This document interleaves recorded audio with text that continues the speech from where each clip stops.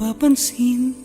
Mga malawak na bukirin, napupuno unti-unti nang naglalaki ang mga gusali.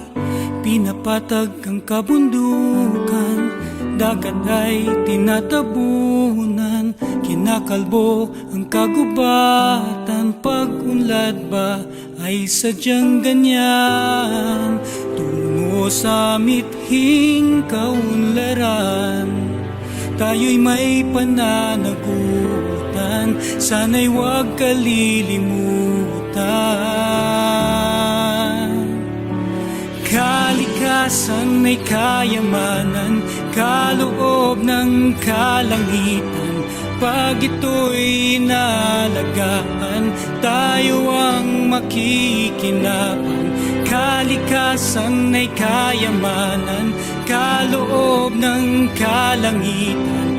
Pag ito'y pinabayaan, tayo rin ang mahihirapan. Mga iboy sa mga puno, mga isda na may salaot, kagubatay sa ibang hayop, huwag hayaang tuluyang maglaho. O sa mithing kaunlaran, tayo'y may pananagutan, sana'y huwag kalilimutan.